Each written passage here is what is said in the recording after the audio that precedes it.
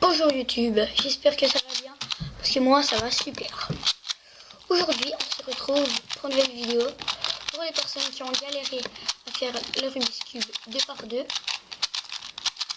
Le Rubik's Cube le plus simple après le 1 par 1, c'est peut-être plus simple que d'autres, mais ça dépend pour les personnes. Comme le Pyraminx, je l'ai trouvé plus simple que les autres, vu que quand je l'ai eu, je connaissais déjà tout comment faire.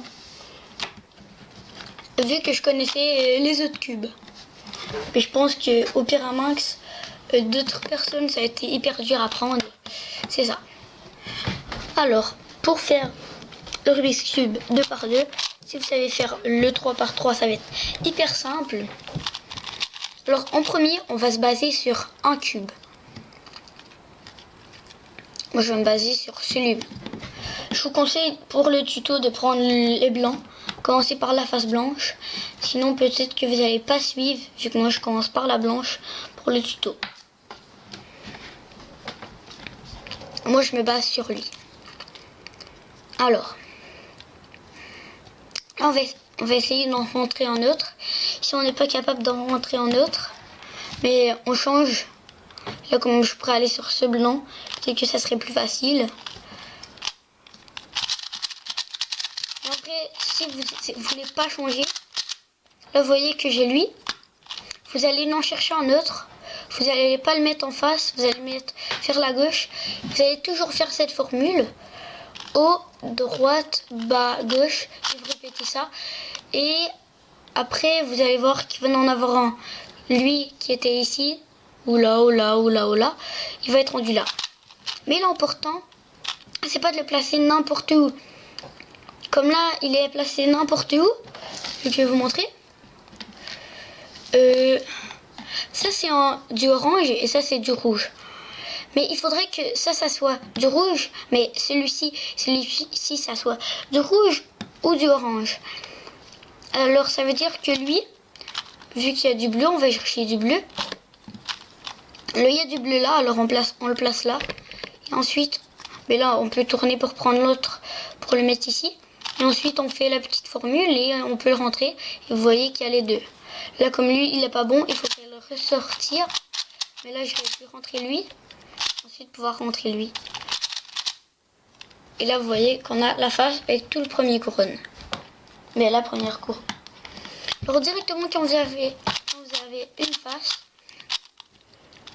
on va être rendu à l'étape de placer les coins. L'orientation des coins, comme ça se nomme. Alors, pour l'orientation des coins, ça va être très simple. On va que avoir à prendre une formule. La première chose à savoir, si vous avez déjà un coin de bon, comme ce coin il est bon. Vous voyez qu'il y a du orange, du vert, du jaune, du jaune. Ici, il est bon aussi.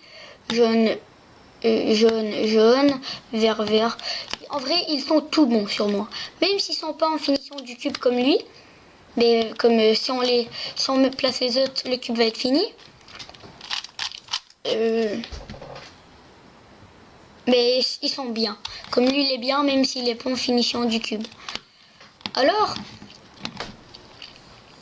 si au début vous partez qu'avec un bon, parce que vous ne pouvez pas en avoir deux sans qu'il soit tout bon, ou si vous en avez 0, vous allez quand même faire cette formule pour en trouver un de bon. Quand vous en avez un de bon, vous faites la même chose que je vais vous montrer. Lui qui est bon, vous le placez en haut à droite. Et vous faites cette formule. Haut, gauche, haut, droite, bas, gauche, bas. Et voyez qu'ils se sont déplacés. Mais lui qui était là tantôt, il est encore là. Alors, ensuite, s'ils sont pas tout bons, vous le refaites. Et vous, oui, moi j'ai un cas, je sais pas pourquoi j'ai ce cas. Il est un peu bizarre mon cas. Oh oui, c'est vrai. Au 2 par 2, vu que c'est un chiffre pair, ça veut dire que oui, on peut avoir deux coins bien, sans que il soit tout bon. Comme tantôt, j'avais dit de la merde. Si j'en avais deux de bons, il fallait tout qu'ils soient bons. Si vous en avez deux de bons et deux pas bons, ça veut dire que vous avez une parité.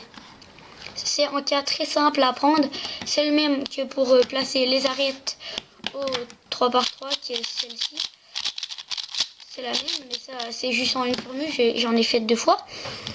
Alors on se place n'importe où si vous avez ça. Vous faites cette formule.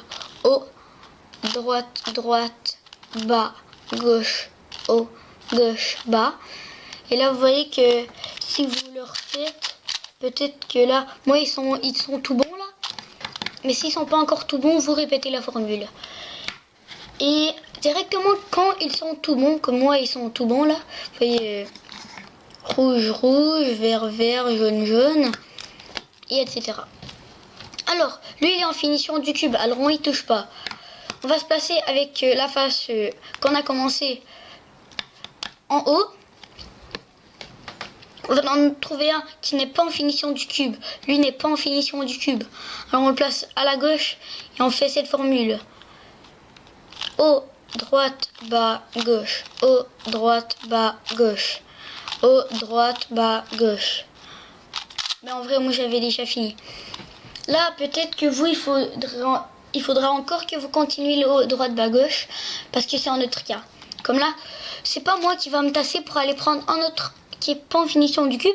On va l'apporter vers nous en faisant un petit D ou des primes, je me souviens plus trop. Alors là, il est en bas à gauche. Et là, on peut refaire la formule. Là, ensuite, on tourne, on refait la formule. Et voilà que notre Rubik's Cube est terminé. J'espère que ça vous aura plu, que vous avez bien appris, que vous savez maintenant comment résoudre. Mais peut-être pas résoudre, c'est un gros mot.